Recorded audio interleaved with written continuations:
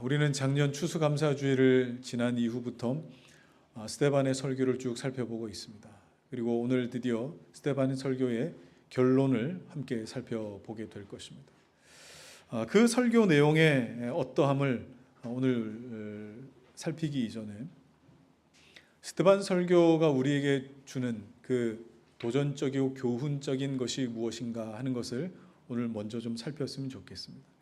여러분들 중에는 스데반은 집사의 직분을 가지고 있는데 어떻게 설교를 할 수 있었을까? 이런 질문을 혹시 가지고 계셨던 분이 혹시 계실지 모르겠어요. 스데반은 사도가 아니지 않습니까?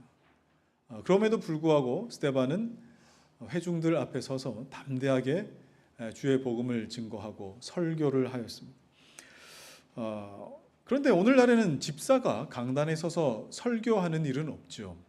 왜냐하면 정규 신학을 이수한 자가 하나님 말씀을 풀어 설명하고 선포하는, 그래서 말씀 중에 하나님을 드러내는 일을 설교라고 우리는 알고 있기 때문에 아무나 하나님 말씀을 증거하는 일은 삼가야 된다, 이렇게 우리는 알고 있습니다. 물론 틀린 말은 아닙니다.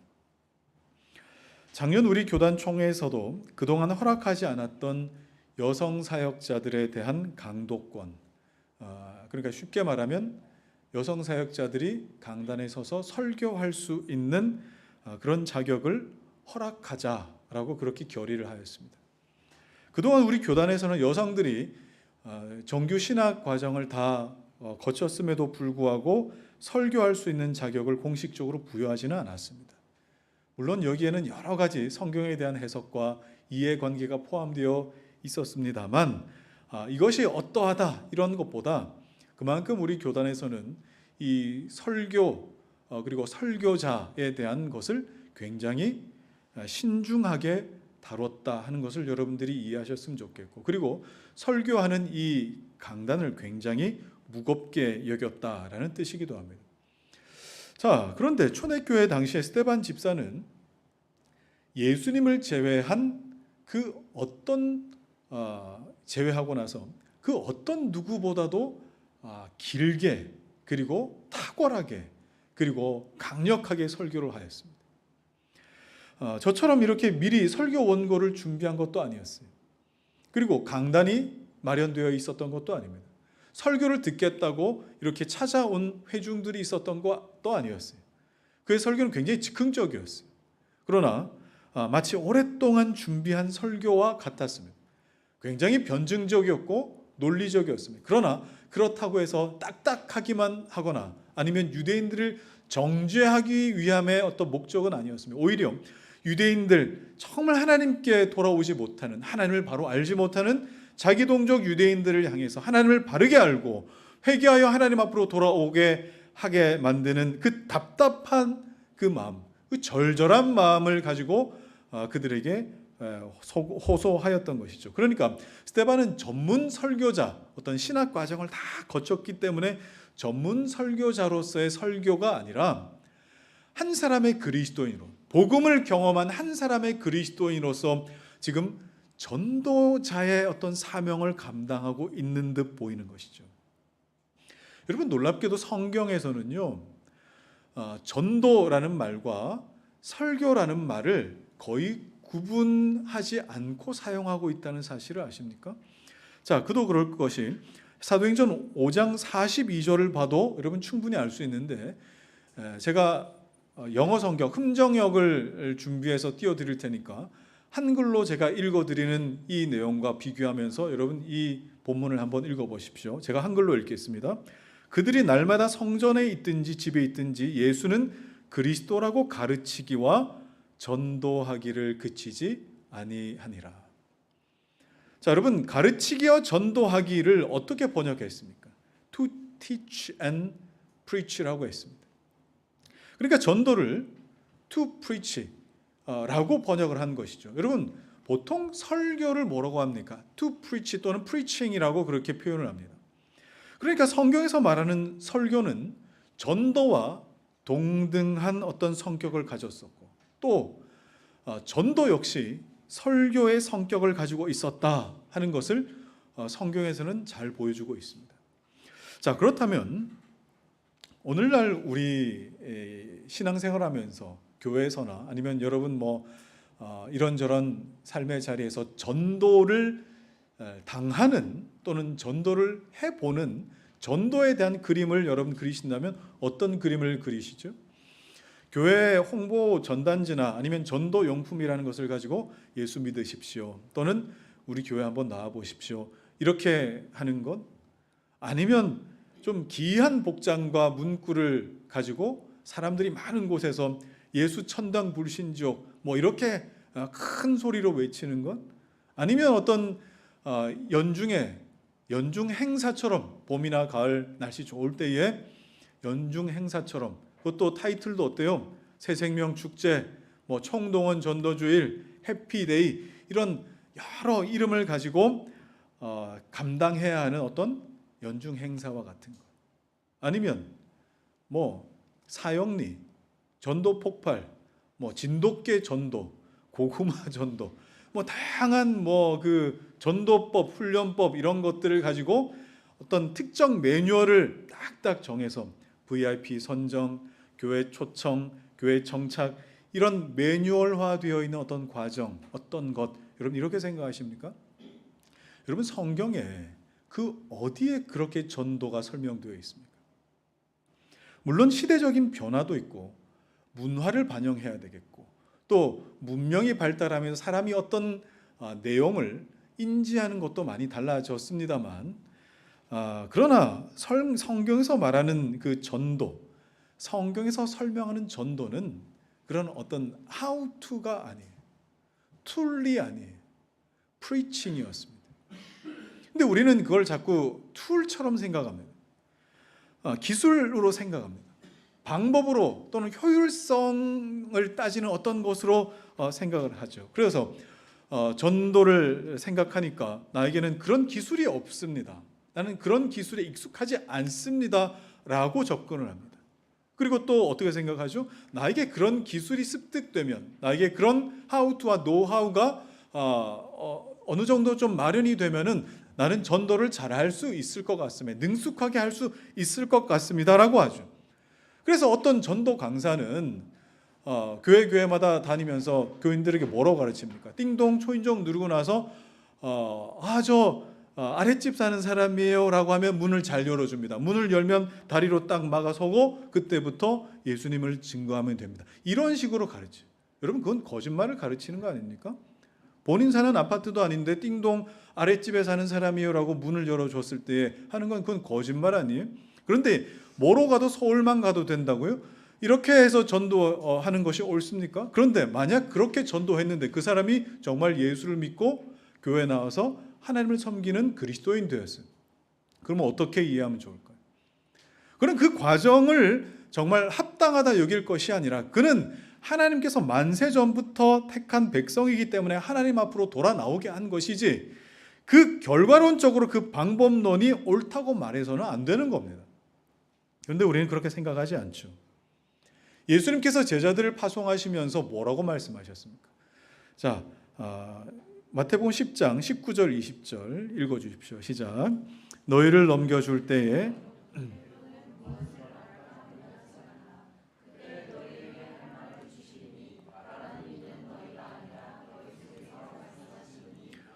너희 아버지의 성령이시니라.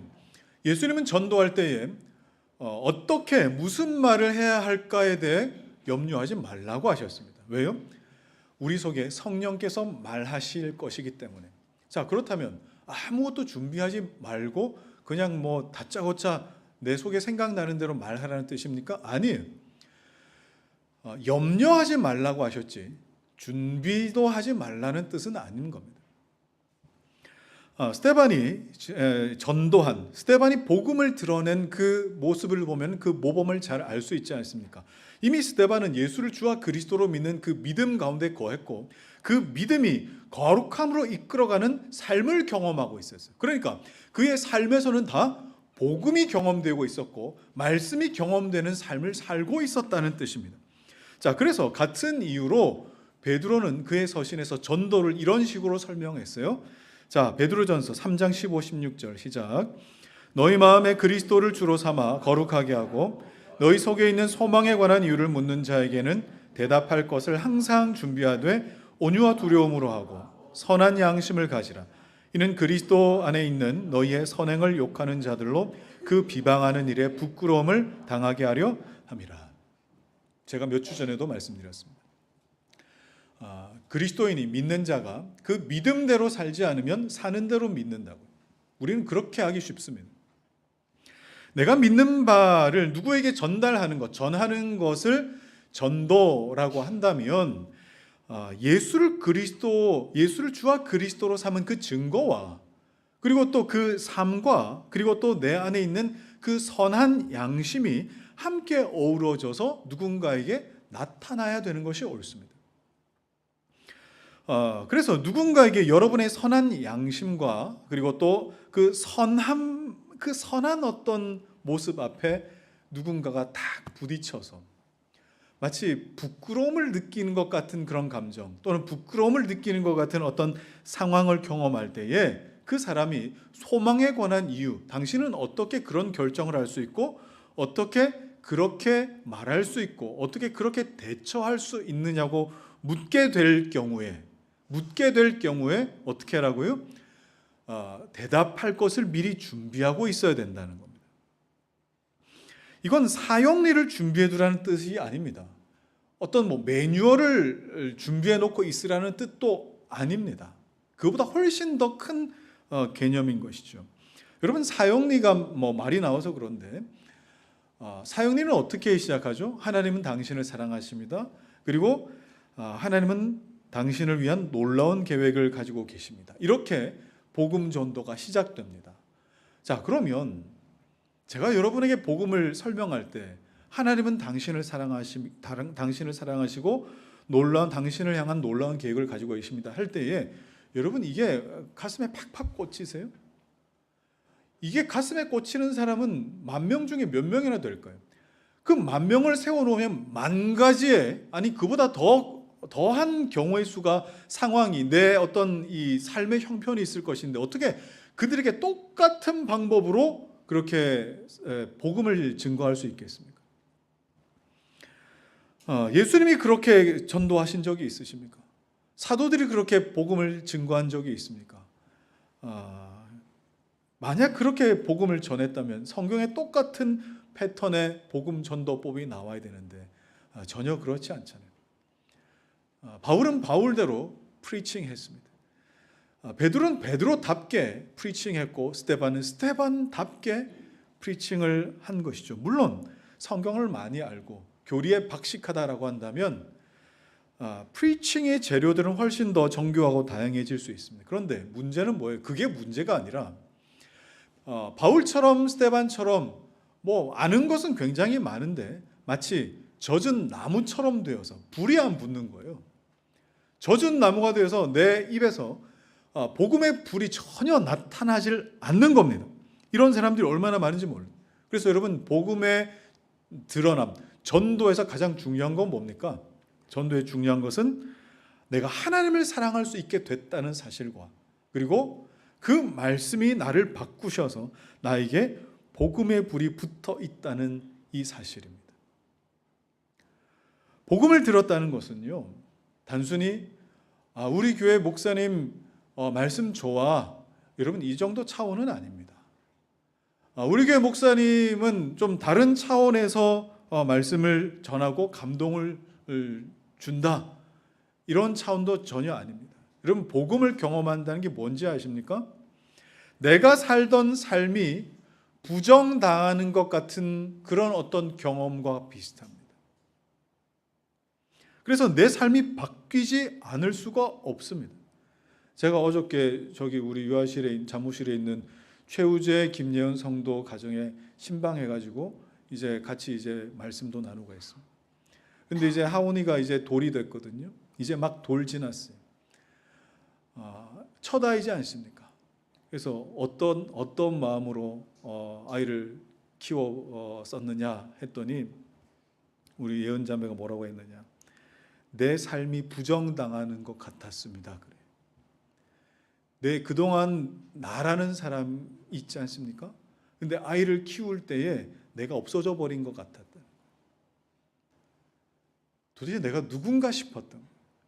자, 여러분, 한 생명이 나에게 찾아오고 우리 가정에 와도 내가 부정당하는 것 같은, 그동안 나의 삶이 전혀 없어져 버리는 것 같은 그런 걸 경험합니다. 그런데 영원한 생명이신 하나님께서 내 삶에 들어오셨어요. 안 바뀔 수 있겠습니까? 안 바뀐다고요? 아무런 일이 일어나지 않는다고요? 여러분, 그건 복음을 아직 경험하지 못한 거예요.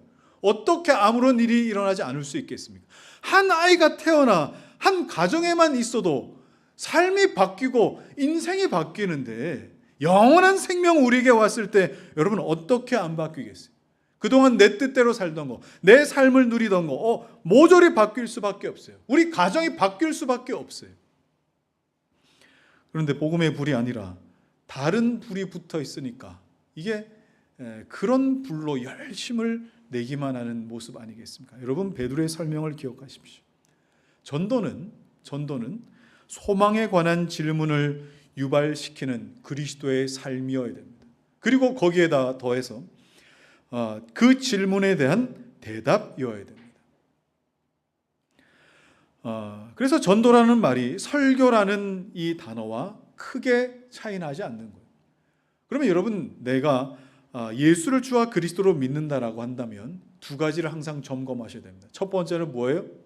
하나님을 모르는 내 주변 사람들이 나를 통해서 소망에 관한 질문을 가지는가? 굉장히 중요한 점검입니다. 내 주변 사람들이 나를 통해서 소망에 관한 질문을 가지는가? 그리고 그 질문에 대하여 나는 대답할 것이 준비되어 있는가? 누군가가 여러분에게 교회 가면은 뭘 믿어 도대체? 그건 나도 잘 모르겠고, 그건 나중에 교회 와서 목사님한테 물어봐. 교회 가면 뭐가 좋아? 그냥 좋아. 왜 절에 가면 안 되고 왜 꼭 교회만 가야 돼? 그래야 천국 가니까.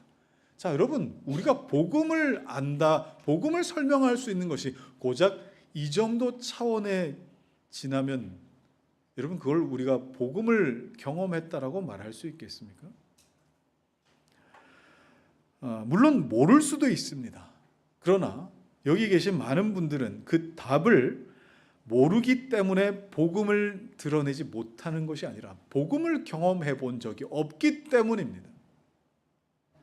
그래서 그 답을 외우고 싶은 거예요. 그리스도를 외워서 전달하고 싶은 거예요. 여러분, 그리스도를 외워서 전달하는 게 얼마나 어렵습니까? 여러분, 여러분의 자녀들을 누군가 여러분 친구에게 소개시켜 줄 때 여러분의 자녀들의 특징을 외워서 설명하십니까? 여러분 남편을 누군가에게 말할 때, 여러분 아내를 누군가에게 말할 때 하나부터 열까지 외워서 그렇게 설명하십니까? 아니잖아요. 내가 경험한 남편이 있잖아요. 내가 경험한 아내가 있고 내가 경험한 자녀들이 있지 않습니까? 그걸 그렇게 어렵게 설명할 일입니까? 그런데 경험한 적이 없기 때문에 자꾸 외워서 설명하려고 해요.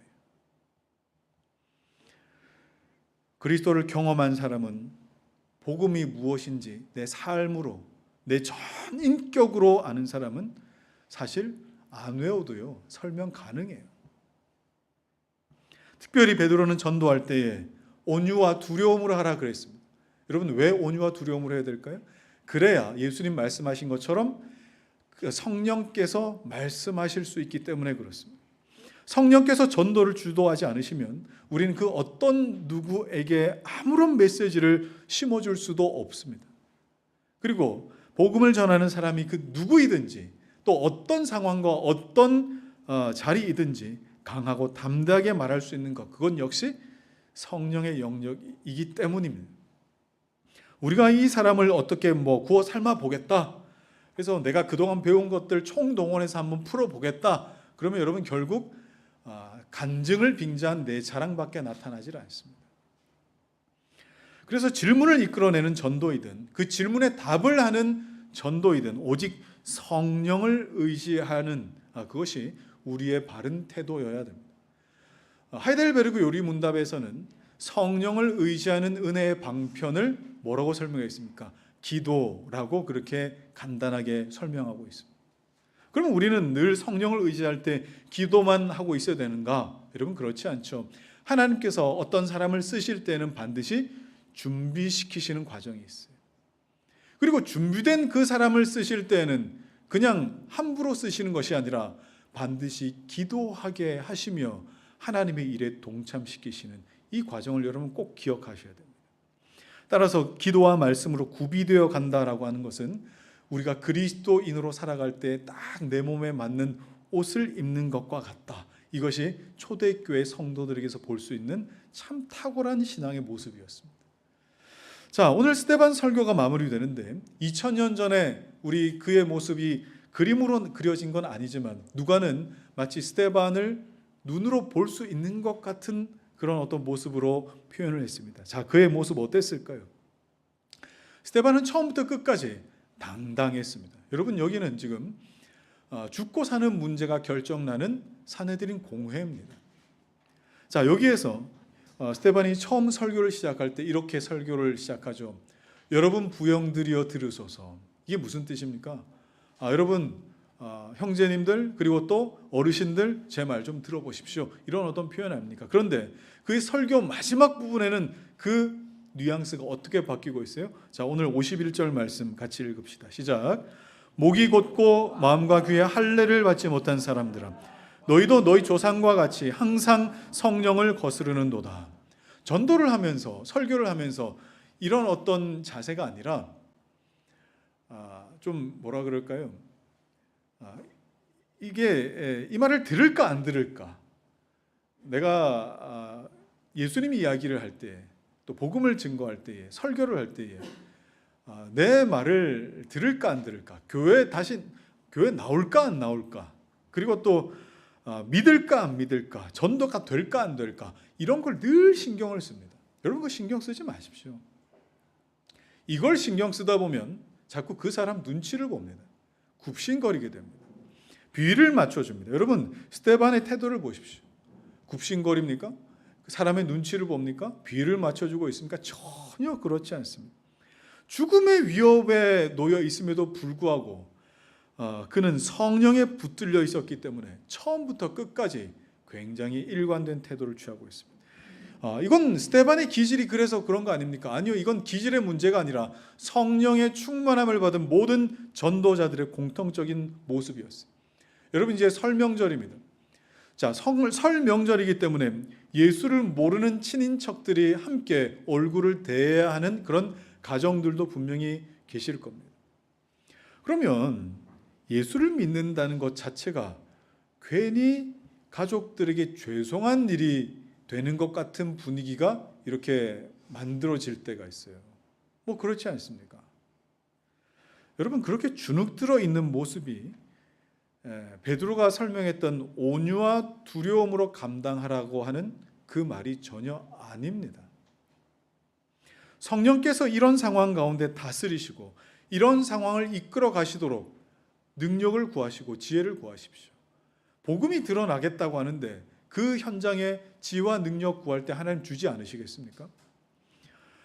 경직된 분위기가 아니라 자연스럽게 이 상황을 펼쳐나갈 수 있도록 하나님 만들어 가실 것인데, 온유함이라고 하는 이 표현은 내가 예수 믿어서 죄송합니다라는 표현이 절대 아니라는 거예요. 내가 예수 믿어서 왜 죄송할 일입니까? 내 안에 왕이 계신데 그 왕이 계시기 때문에 나타나는 여유로운 그런 왕의 담대함, 그것이 온유함이죠. 이런 모습들이 여러분 명절 가운데 여러분 안에 좀 충만하게 나타나셨으면 좋겠어요. 자, 스데반이 유대인들을 향해서 이렇게 호통을 칩니다. 목이 곧고 마음과 귀에 할례를 받지 못한 사람들아. 여러분이 성경을 조금 읽으셨다면 목이 곧고 마음과 귀에 할례를 받지 못한 사람들, 이렇게 호통친 내용이 그렇게 낯설지만은 않으실 거예요. 누가 이렇게 자주 호통을 쳤죠?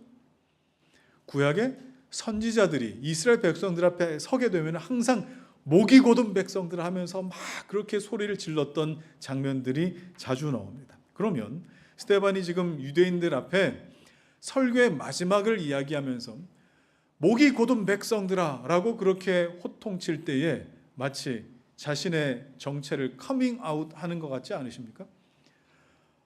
그들 앞에 선지자처럼 나타나는 거예요. 마치 암행어사 출두요 하는 것 같은 모습으로 지금 드러나고 있는 겁니다. 스데반이 이렇게 드러나자 정작 고발한 그 유대인들이 굉장히 충격에 빠집니다. 왜 그래요? 유대인들은 예수님과 스데반을 불의한 자라고 고발했거든요.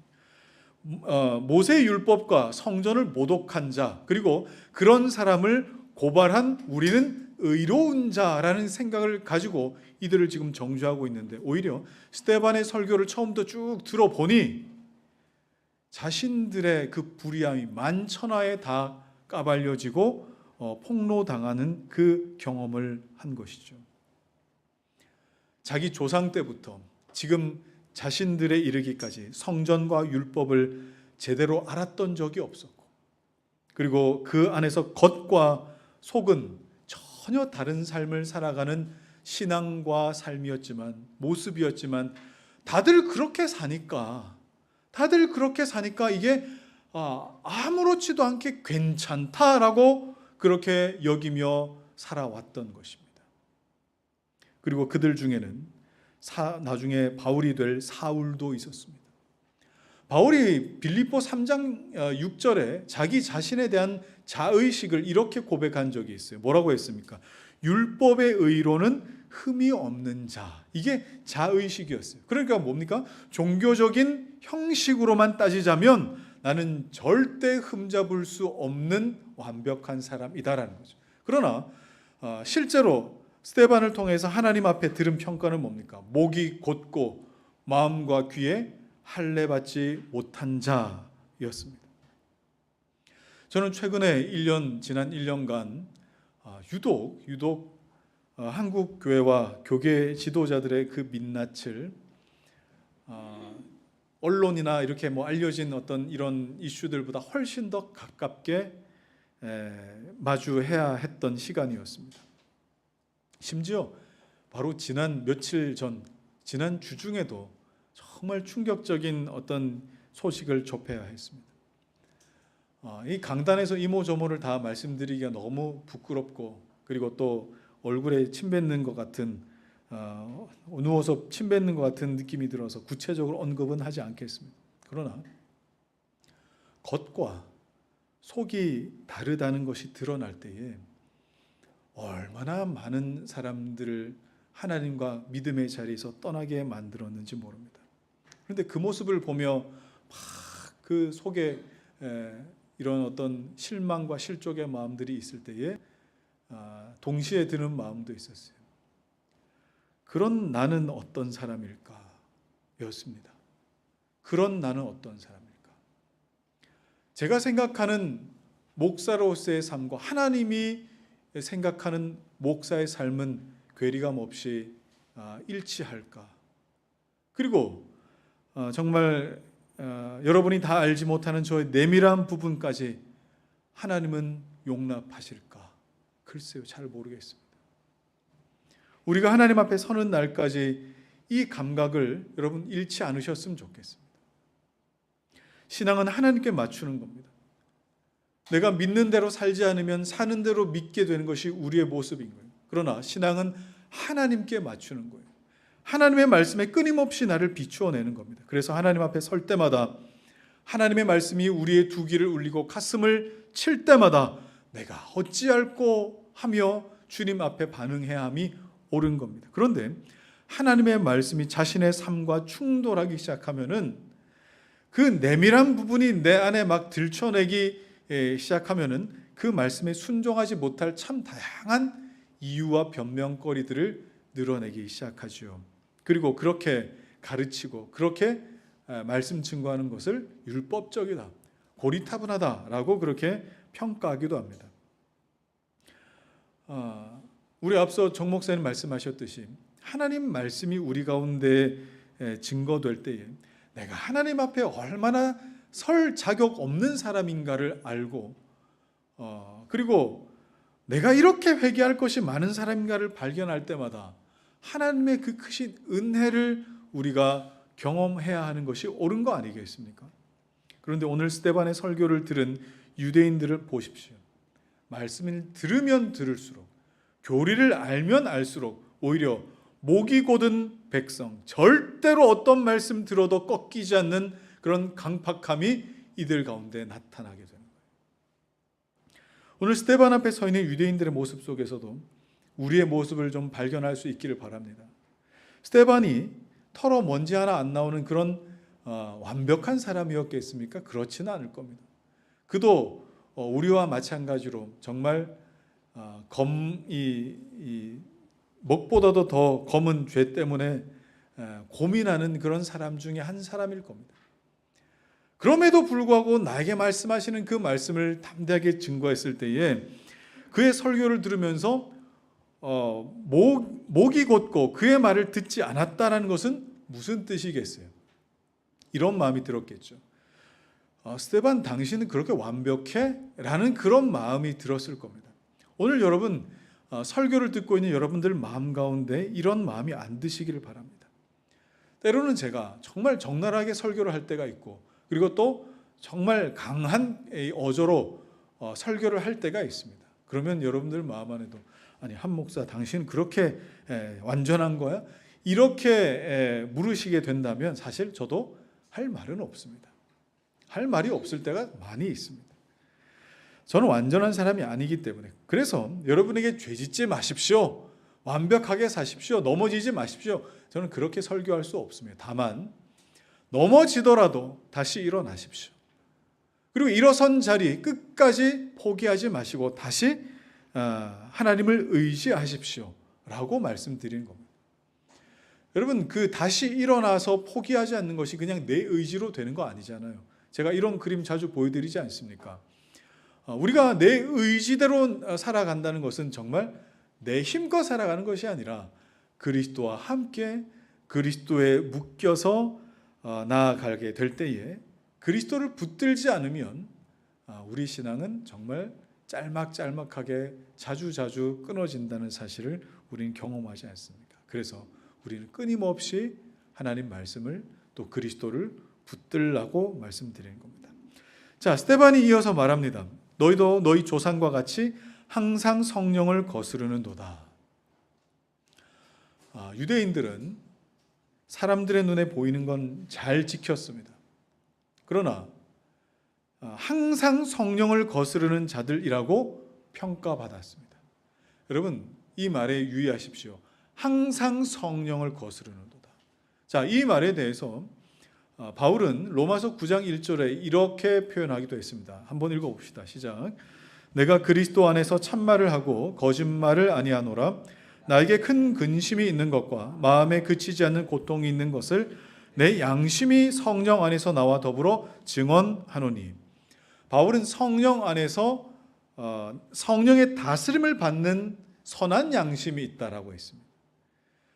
사람의 양심이 성령 안에서 다스림을 받고 성령 안에서 교훈을 받고 지도를 받게 될 때에 그 양심은 선한 양심이라고 표현을 했어요. 그런데 자신의 편의대로 스스로를 속이고 늘 스스로를 기만하는 그런 양심에 대해서는 뭐라고 표현했습니까? 악한 양심이라고 표현했어요. 자, 디모데전서 4장 2절도 보겠습니다. 시작. 자기 양심이 화인을 맞아서 외식함으로 거짓말하는 자들이라. 그렇다면 성령을 거스른다라고 하는 것은 어떤 의미가 되겠어요?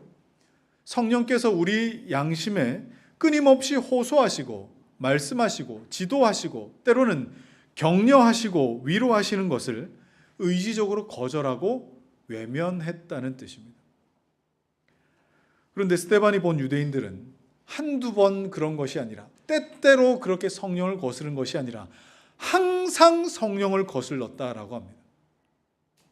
그러니까 하나님께서 기뻐하시는 선한 양심을 가지고 살아가는 자들이 전혀 눈에 보이질 않고 그저 양심이 화인을 맞아서 늘 그런 척하며 외식하고 하나님 앞에 늘 거짓말을 입에 달고 살지만 그것을 거짓말이라고 인식조차 하지 못하는 자들인 겁니다.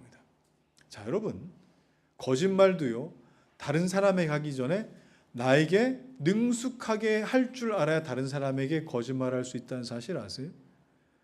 다른 사람을 속이려면 나부터 속여야 돼요. 독일의 나치의 시대에 선동가였던 괴벨스가 뭐라고 이야기를 했습니까? 거짓말은 처음에는 부정되고 다음에는 의심하지만 되풀이하면 결국 믿는다. 거짓말도 끊임없이 되풀이되면 이게 진리가 되는 거예요. 자기도 자기 자신에게 그렇게 속아서 자기의 모습이 마치 아무렇지도 않은 사람처럼 돼버리는 겁니다. 지난주에 제가 백마진에 대해서 말씀을 드렸어요. 저도 뭐 백마진을 잘 몰랐지만 만약 제가 교회 건축할 때에 제가 건설사로부터 백마진으로 현금이나 자동차를 받고 그 건설사를 선정을 한다, 건설사 입찰을 했다라고 한다면 여러분이 용납하실 수 있겠느냐라고 제가 질문을 드렸습니다. 그걸 여러분들이 용납하실 수 없다면 여러분도 똑같은 잣대로 여러분 자신에게 적용하셔야 옳습니다. 우리 교회 가끔 오시는 교도관으로 일하시는 그 이기원 전도사님이 교도소에서 목회자들을 만날 때가 종종 있다고 합니다. 그런데 그 목회자들, 교도소에서 만나는 목회자들 아니겠습니까? 그 목회자들 대부분이 백마진을 받아서 들어와 계신다고 하더군요.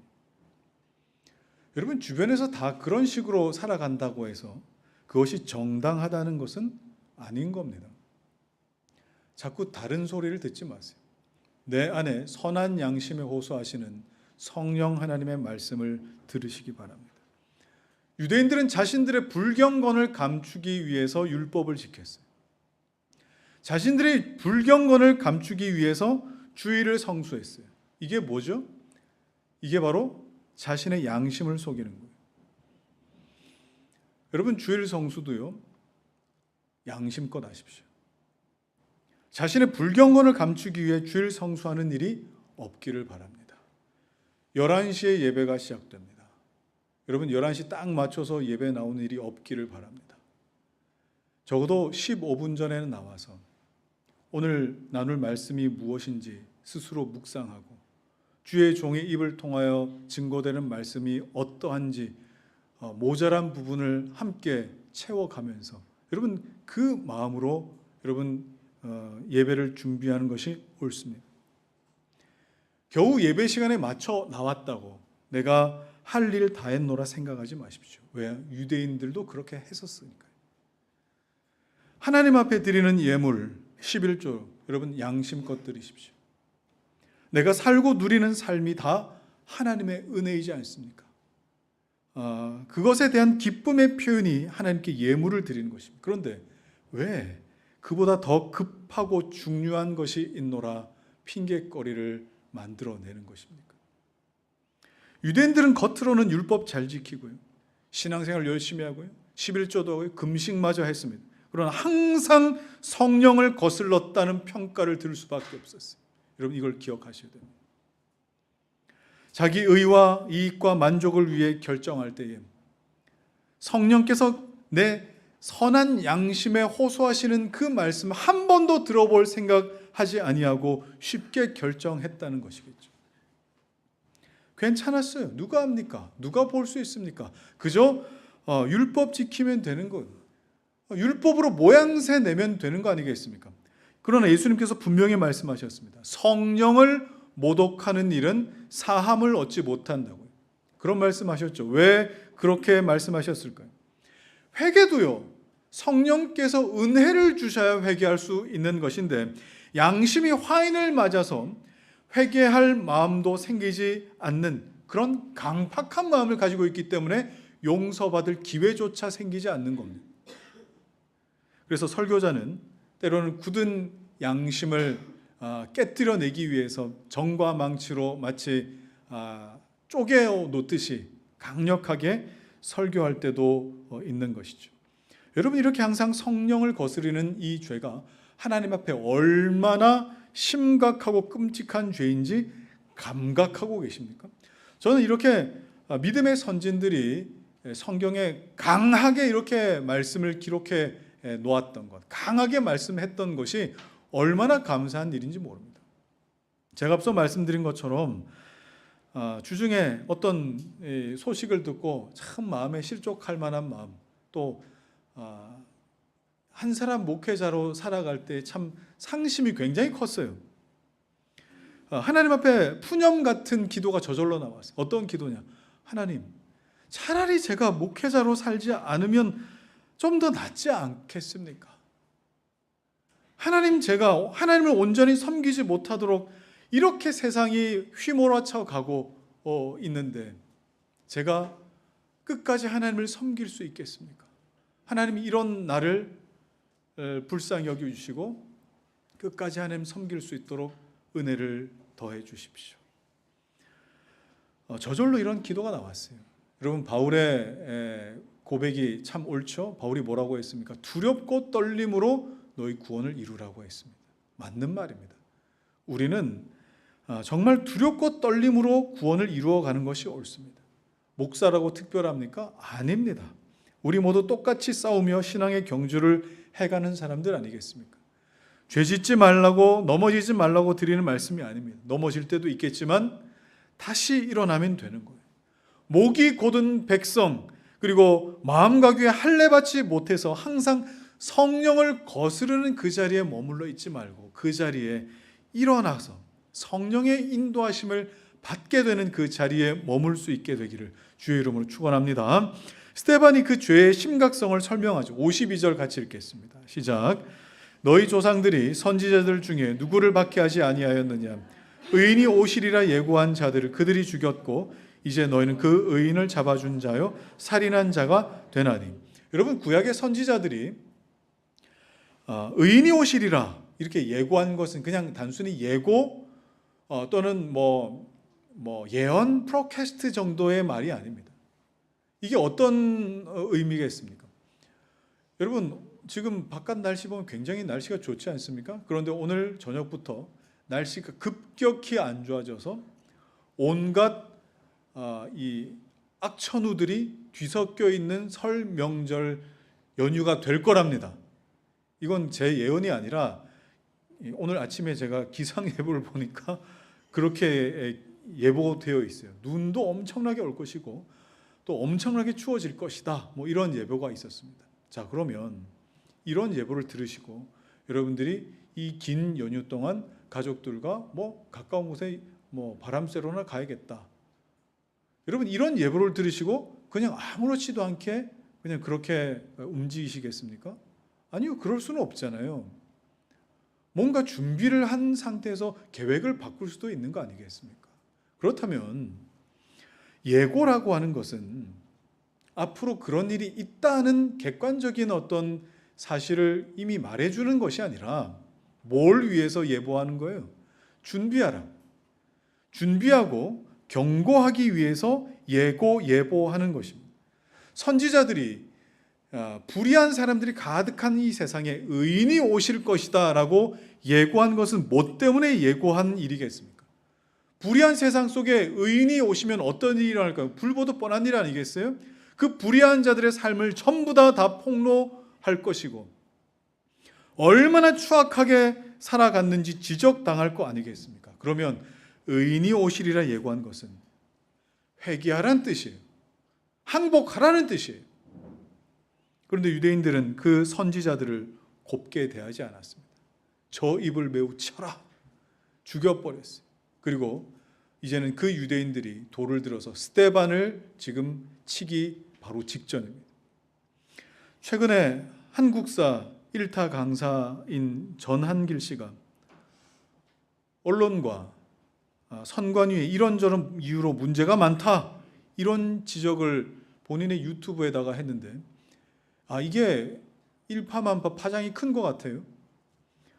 이분은 노사모 출신의 역사를 가르치는 사람인데 역사에서 주는 교훈이 있지 않습니까? 역사 강사니까 역사가 주는 그 교훈으로 옳은 건 옳고 그런 건 그르다 이렇게 이야기를 한 건데 특정 집단의 난처함이 되었던 것 같습니다. 여러분, 우리나라가 언제부터 나와 생각이 다르면 적으로 규정하는 법이 생긴 것 같이 느껴집니다. 여러분, 우리가 언제부터 이렇게 됐죠? 바울이 목회를 하면서 가장 눈물을 많이 쏟은 교회가 어딘지 아십니까? 고린도 교회입니다. 고린도 교회는 바울이 목회했던 그 어떤 교회들 중에서 굉장히 이슈가 많았던 교회였습니다. 그런 교회 목회하고 나서 눈물로 편지를 쓰면서 자기 속마음을 이렇게 편지로 남긴 흔적이 있어요. 자, 고린도후서 11장 4절 말씀 읽읍시다. 시작. 만일 누가 가서 우리가 전파하지 아니한 다른 예수를 전파하거나 혹은 너희가 받지 아니한 다른 영을 받게 하거나 혹은 너희가 받지 아니한 다른 복음을 받게 할 때에는 너희가 잘 용납하는구나. 여러분, 이게 바울의 어떤 마음이 묻어 있습니까? 내가 너희들을 향해서 그렇게 애태우면서 마음 쓰면서 눈물 흘려가며 때로는 호통하고 책망하면서 그렇게 목회할 때에는 사도들로부터 온 그 복음, 선지자들이 예언한 그 복음 중에 복음인 예수 그리스도, 우리에게 생명 되신 그 예수 그리스도, 그걸 증거하고 가르칠 때는 그냥 그런가 보다 하더니 성공과 행복을 보장한다는 예수, 그 예수가 나랑 상관은 없지만 그 예수라고 하는 그 이름 증거하면 마귀도 떨고 승리하게 만든다는 그런 예수, 바른 교리로 내가 아니라 다른 사람 신랄하게 비판할 때에 쌍수를 들며 환영하게 만드는 그런 예수, 그런 예수는 정말 잘도 용납하는구나. 자, 여러분, 유대인들은 나를 향해 던지는 그 메시지에 대해서는 나를 건드지 말라고 이야기를 한 겁니다. 그런 메시지를 전한 스데반을 적으로 규정을 했습니다. 이것이 유대인들의 모습이었고 예수를 죽이는 일조차도 합당하다 여긴 겁니다. 자, 여러분, 회개는 저 사람이 해야 될 것이 아니라 내가 하는 겁니다. 회개도 하나님의 은혜가 머물러야지 내가 눈물 쥐어짠다고 회개가 되는 거 아닌 겁니다. 그들의 모습에 우리의 모습을 좀 발견할 수 있었으면 좋겠습니다. 이제 스데반이 날리는 마지막 화살입니다. 53절 같이 읽겠습니다. 시작. 너희는 천사가 전한 율법을 받고도 지키지 아니하였도다 하니라. 자, 유대인들은 율법이 천사들을 통해 전해진 것이다 이렇게 믿었거든요.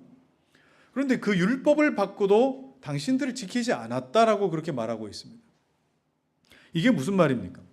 하나님께서 허락하신 그 율법, 특별히 모세 오경 토라 안에 어떤 내용이 담겨 있죠? 자, 신명기 18장 15절 시작. 내 하나님 여호와께서 너희 가운데 내 형제 중에서 너를 위하여 나와 같은 선지자 하나를 일으키시리니 너희는 그의 말을 들을지니라. 나와 같은 선지자, 곧 예수 그리스도 이 땅에 오실 때에 너희는 그의 말을 들을지니라. 그런데 안 들었잖아요. 십자가에 못 박기까지 했지 않습니까? 여러분, 이게 우리에게 무엇을 가르치고 있습니까? 우리 교회는 교리를 굉장히 중요하게 여깁니다. 기독교 학료를 가르치고 교리를 가르칩니다.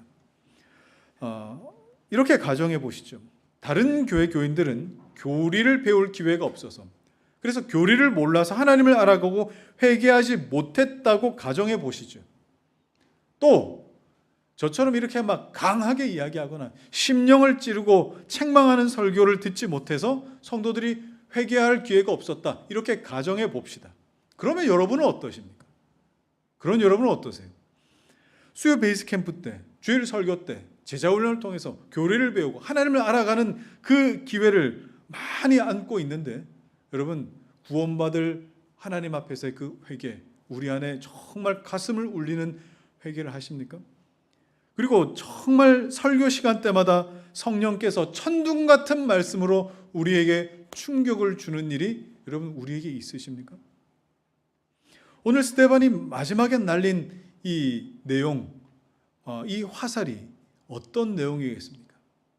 유대인 당신들은 천사가 아니라 천사 하레비가 와도 안 바뀔 사람들이라 이렇게 말하고 만 거예요. 이 말에 마지막 버티고 있었던 그 기둥마저 다 무너졌고 유대인들은 그 자리에 폭삭 주저앉을 수밖에 없었습니다. 여러분, 오늘 설교를 마무리하면서 이제 우리 다음 주는 우리 교회 설립 5주년이 되는 이 주일입니다. 어쩌다 보니 5년이 됐다. 여러분 절대 그런 말 하지 마십시오. 여러분 어쩌다 보니 5년이 된 거겠습니까? 5년 동안 나는 얼마나 그리스도를 닮아 있는지 여러분 한 주간 스스로에게 질문하고 스스로를 점검하십시오. 어쩌다 보니 5년 지난 것이 아니라 나는 그 5년 동안 예수 그리스도를 닮기 위해서 무엇을 감당하였는가를 돌아보십시오. 그리고 우리 예수 그리스도 안에 자라고 있는 우리 자녀들을 5년 동안 기르기 위해서 무엇을 결정했는가 돌아보십시다. 주의 영광스러운 교회가 되기 위해서 그리스도 안에서 하며 순종할 수 있었던 것이 무엇인가 우리는 돌아보아야 할 것 같습니다. 몸은 늘 교회에 머물고 있겠지만 은혜 받을 그 원인 또는 은혜 받지 못함의 그 원인, 하나님 앞에 예배하지 못함의 그 원인, 성령님을 거스를 수밖에 없었던 그 원인을 자꾸 다른 누군가에게서, 다른 어떤 환경에서 찾으려고 한다면 천사가 전한 율법을 받고도 그 말씀을 지키지 않았던, 바뀌지 않았던 유대인들의 모습을 우리는 여전히 이어서 살고 있는 것과 마찬가지인 것입니다. 우리는 그렇게 살 수 없습니다. 우리는 그런 삶이 아니라 주님의 뜻이 나의 삶에 조금 더 나타나시기를 소망합니다. 주님의 말씀이 내 삶에서 조금 더 드러나기를 소망합니다. 내가 이렇게 결정할 수밖에 없는 이 상황 속에서도 한 번만 더 멈춰서서 성령의 음성을 내가 듣기를 원합니다. 여러분 그런 성도가 되시고 그런 가정이 되시고 그런 교회가 되시기를 주의 이름으로 축원합니다. 이 시간에 우리의 말씀 붙들고 우리 함께 찬양하면서 우리 하나님 앞에 결단하겠습니다. 보소서 주님 나의 마음을 선한 것 하나 없습니다. 그러나 내 모든 것 주께 드립니다. 사랑으로 안으시고 날 새롭게 하소서. 한 번 더 보소서 주님 나의 마음을 선한 것 하나 없습니다. 그러나 내 모든 것 주께 드립니다. 사랑으로 안으시고 날 새롭게 하소서.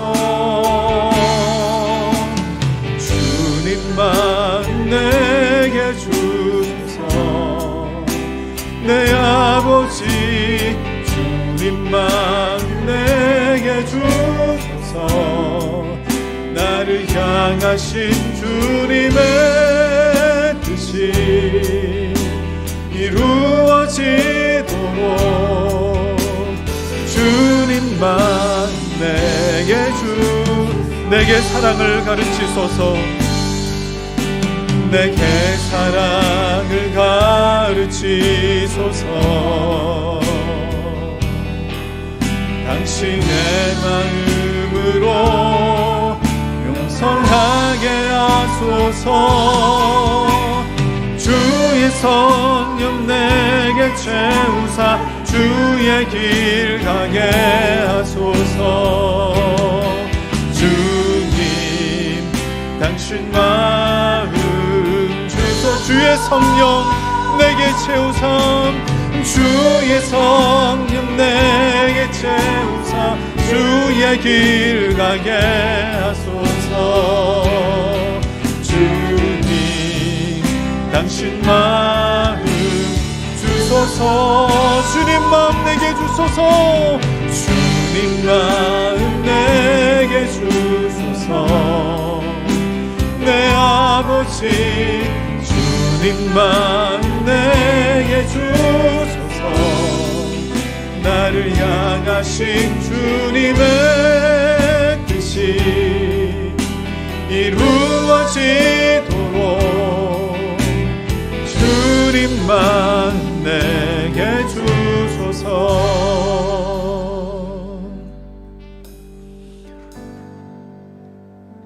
오늘 스데반의 설교를 우리 마무리합니다.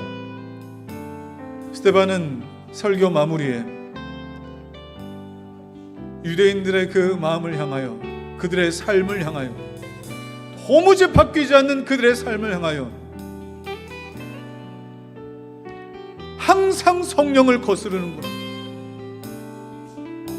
천사가 전하여준 율법도 지킬 수가 없는구나, 이렇게 책망하였습니다. 어떻게 보면 그들이 숨기고 싶었던 그들의 본 모습, 정체였을지도 모르겠습니다. 저는 오늘 스데반의 설교의 그 마지막 부분을 보면서 항상 성령을 거스르는구나, 천사가 전하여준 율법도 지킬 수가 없구나, 이것이 꼭 저에게 하신 말씀 같아서, 하나님, 저는 복음의 사람이 맞습니까? 예수 그리스도를 하나님 내 삶으로 경험한 나의 흔적이 나의 삶에 얼마나 있습니까? 물을 수밖에 없었습니다. 여러분, 유대인들을 향하여 어떻게 저 사람들은 저렇게 안 바뀔까, 저렇게 손가락질 할 것이 아니라 그렇게 바뀌지 않는 강팍하고 견고한 심령을 가지고 있는 내 삶을 여러분 발견할 수 있었으면 좋겠어요. 여러분, 오늘 이 시간 하나님 성령의 음성 들을 수 있는 선한 양심이 나에게 날마다 새로워지는 은혜를 허락해 달라고 기도하십시오. 하나님의 말씀 안에 그것이 나의 어떠함과 상관없이 그리스도 예수 안에서 할 수 있는 그런 믿음의 결단들이 날마다 새로워질 수 있기를 결단하며 기도하며 기대하십시오. 이런 나를 향한 평가, 유대인들을 향한 평가가 나를 향한 평가가 되지 않기를 여러분 소망하면서, 하나님 나에게 새 은혜를 주십시오. 아버지 하나님 성령으로 감동해 주십시오라고 우리 소망하면서 주여 한번 부르고 같이 기도하겠습니다. 주여, 할렐루야. 살아계신 하나님 아버지, 주님께서 오늘 아버지 하나님 말씀을 통하여 스데반의 설교를 향하여 항상 성령을 거스르는도다, 천사들이 전하여준 율법을 받고도 지키지 아니하였도다, 이렇게 아버지 하나님이여 우리에게 던지시는 하나님의 음성이 아닌지 아버지 하나님이여 우리를 돌아보게 됩니다. 아버지 하나님, 주의 말씀을 받고도, 주의 말씀을 듣고도 아버지 하나님이여 견고함으로 아버지 하나님 정말 바뀌지 않는 나의 삶을, 끊임없이 아버지 하나님 말씀을 받지 않을 수 있는 조건을, 그런 형편을, 그런 핑계를 아버지 하나님 찾아가고 있는 나의 모습은 아닌지 아버지 하나님이여 나를 돌아보게 합니다. 아버지 하나님, 주의 말씀을 의지하며 아버지 하나님 성령의 음성을 들으며 선한 양심 가운데 아버지 하나님이 우리에게 말씀하시며 제안하시며 다스리시는 성령의 음성을 내가 듣기를 원하오니, 아버지 하나님이여 정말 주님께서 말씀하신 것을 따라 하나님 기뻐하시는 삶을 살아갈 수 있도록 아버지 하나님이여 나를 붙들어 주시옵소서. 성령 하나님께서 날마다 아버지 하나님의 기도의 자리의 말씀 가운데에서 나에게 아버지 하나님 끊임없이 말씀하여 주시되, 아버지 하나님 천사가 전해진 율법을 듣고도 지키지 않는다 책망, 아버지 하나님 그 책망이 나의 인생의 끝이 되지 않기를 소망하오니 아버지 하나님이여 긍휼히 여겨 주시옵소서. 긍휼히 여겨 주시옵소서. 주님의 은혜가 나의 아버지 하나님 삶에 때를 따라 돕는 은혜로 날마다 나타나시기를 소망하오니 주여 아버지 하나님 우리 성도들의 삶을 붙들어 주시고 날마다 때마다 하나님 주시는 그 은혜가 넘쳐날 수 있도록 아버지 하나님 도와주시옵소서. 너희도 너희 조상과 같이 항상 성령을 거스르는도다. 천사가 전한 율법을 받고도 지키지 아니하였도다. 하나님, 이 설교의 결론이 우리 인생의 결론이 되지 않기를 원합니다. 하나님, 우리 이 땅에 살게 하시는 순간순간마다 항상 성령의 음성에 순종할 수 있는 하나님의 사람 되게 하여 주옵소서. 성령께서 우리에게 말씀하시는 것을 듣고 그리스도 예수 안에서 예 하며 순종할 수 있는 그 순종이 우리 가운데 날마다 새로워지게 하여 주시옵소서. 그래요 이 세상 우리 결론에 이르렀을 때에 늘 선한 양심 가운데 살았던 사람, 그리고 하나님 말씀이라면 늘 예 하며 순종했던 사람으로 하나님 앞에 드러나는 일이 우리 모두에게 있게 하여 주시옵소서. 이제는 우리 주 예수 그리스도의 은혜와 하나님의 사랑과 성령의 교통하심과 인도하심이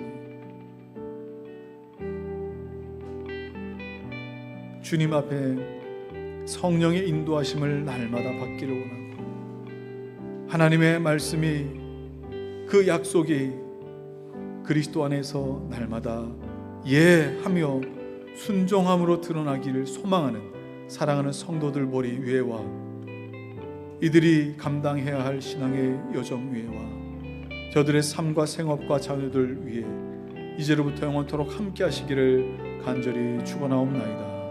아멘.